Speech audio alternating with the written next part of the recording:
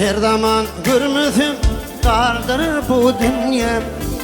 Bağrımı kan edin sensin hatırım.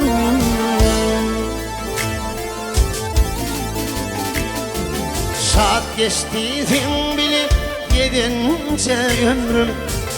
İn sol saat günler gelmiyor ilim.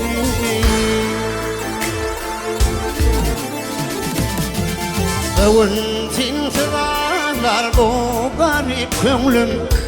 Sol gönlü ağladan sensin hatırım.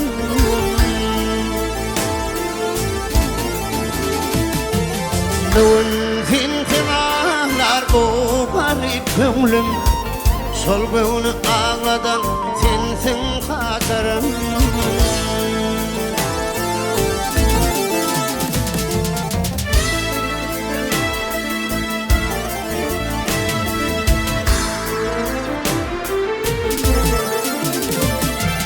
Mecnun ettin beni zuvan yaşımda.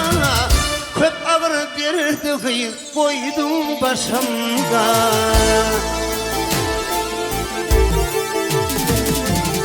Bugün gelin bolup ölme karşına. Yüreğini par eden sensin hatırım.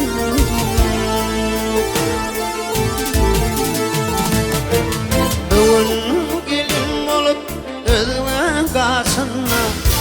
Yüreğini par eden sensin hatırım.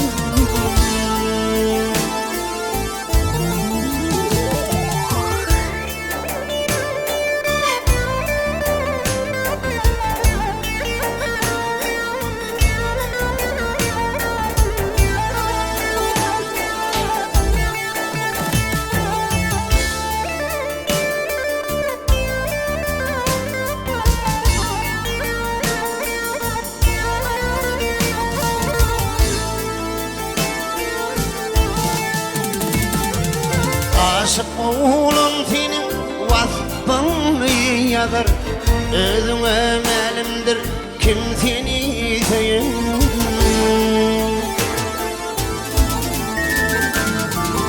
Yürekte içmecip bir derdi koyun.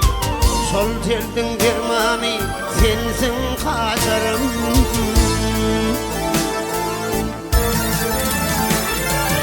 Yürekte ayrılmak bir derdi koyun.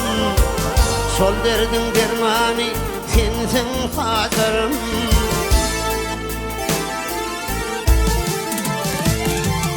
Bugün gelin bol ölme karşına. Sevgilimi har eden sensin hatırım. Bağrımı kan eden sensin hatırım.